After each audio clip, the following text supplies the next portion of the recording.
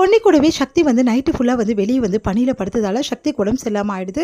இதை பார்த்து ஜெயா செமையாக டென்ஷன் ஆகிடுறாங்க. ஏன் சக்தி இப்படிலாம் பண்ணுறா அப்படின்னு சொன்னோன்னே, பொன்னி பாவமா அவள் வந்து கஷ்டப்பட்டு படுத்துட்டு இருக்கா, நான் மட்டும் எப்படி உள்ளே வந்து படுக்க முடியும் அப்படின்னு சொல்லிட்டு சக்தி வந்து சொல்கிறாரு. அதை கேட்டு ஜெயாவுக்கு என்ன பண்ணுறதுன்னு தெரியாமல் தவிக்கிறாங்க.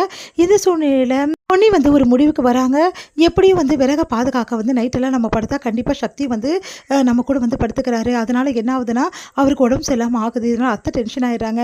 அதனால் வேறு வழியே கிடையாது, நம்ம இதுக்கப்புறம் விறகு அடுப்பில் சமைக்க முடியாது, விறகு வந்து கண்டிப்பாக ஈரமாயிடும், யாராவது தண்ணி ஊற்றிடுவாங்க அப்படின்னு சொல்லிட்டு யோசிக்கிறாங்க பொன்னி. உடனே பொன்னி என்ன பண்ணுறதுன்னு தெரியாமல் யோசிச்சுட்டே வந்துட்டுருக்காங்க. பார்த்தா அங்கே ஒரு வந்து போட்டி நடத்துகிறாங்க. அந்த போட்டியில் வந்து பொன்னி வந்து கலந்துக்கிறாங்க. சைக்கிள் ரேஸில், ஸ்லோ சைக்கிள் ரேஸில். அதில் வந்து பொன்னி 3ஆவதாக வராங்க. அதனால் பொன்னிக்கு வந்து எப்படியாவது வந்து எலக்ட்ரிக் ஸ்டவ் கிடைக்கும் அப்படின்னு சொல்லிட்டு நடக்கிறாங்க. ஆனால் வந்து 3ஆவதாக வந்தவங்க தான் ஃபஸ்ட்டு வந்தவங்க அப்படின்னு சொல்லிட்டு அறிவிக்கிறாங்க. அதனால் எதிர்பார்த்தபடி பொன்னிக்கு எலக்ட்ரிக் ஸ்டவ் கிடைக்காம வந்து கிரைண்டர் கிடைக்குது. அதனால் பொன்னி என்ன பண்ணுறதுன்னு தவிச்சிட்டு இருக்கும்போது கிரைண்டர் வந்து கிடைக்கணும்னு நினைக்கிறவங்க வந்து எலக்ட்ரிக் ஸ்டவ் வந்து கிடைச்சிடுது. அதனால் அவங்க என்ன பண்ணுறாங்க, இந்த மாதிரி பொன்னிக்கிட்ட எக்ஸ்சேஞ்ச் பண்ணிக்கிறாங்க. இந்த சூழ்நிலை பொன்னி சந்தோஷமாக எலக்ட்ரிக் ஸ்டவோடு வீட்டுக்கு வராங்க. பொண்ணு எங்கே போனா அப்படின்னோன்னா, எங்காவது சாப்பாடுக்காக வந்து அலைஞ்சிட்ருப்பா, வேறு என்ன பண்ணுறது, அவளுக்கு தான் வந்து விறகெல்லாம் வந்து நனைஞ்சு போதே, அதனால் விறகு அடுப்புலையும் சமைக்க முடியாது, எதுலேயும் சமைக்க. பொன்னி இன்னைக்கு ஃபுல் டே பட்னி தான், அவளை தான் முடிஞ்சது அவள் கதை. இதுக்கப்புறம் பொன்னி சமையல்லாம் ஒன்றுமே பண்ண முடியாது அப்படின்னு சொல்லிட்டு உஷா வந்து சந்தோஷமாக எல்லாருக்கிட்டையும் வந்து சொல்லிட்டு இருக்காங்க.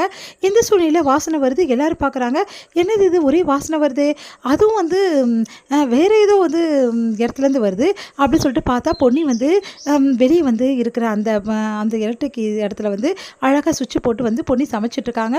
இவ எப்போ எலக்ட்ரிக் ஸ்டவ் வாங்கினா, இவளுக்கு எது காசு, ஒன்றும் புரியலையே அப்படின்னு சொல்லிட்டு உஷா வராங்க.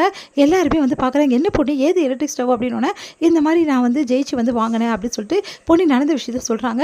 எல்லாருமே அதிர்ஷ்டம், பொன்னி சூப்பர் பொன்னி அப்படி இந்த மாதிரி நிறைய வந்து நான் கலந்துட்டுருக்கேன் போட்டியிலலாம், அதிலலாம் வின் பண்ணியிருக்கேன், அப்புறம் தான் எனக்கு இந்த இது கிடச்சிது, ஆனால் முதல்ல கிரைண்டர் தான் கிடச்சிது அப்படின்னு சொல்லி எல்லா விஷயத்தையும் சொல்கிறாங்க.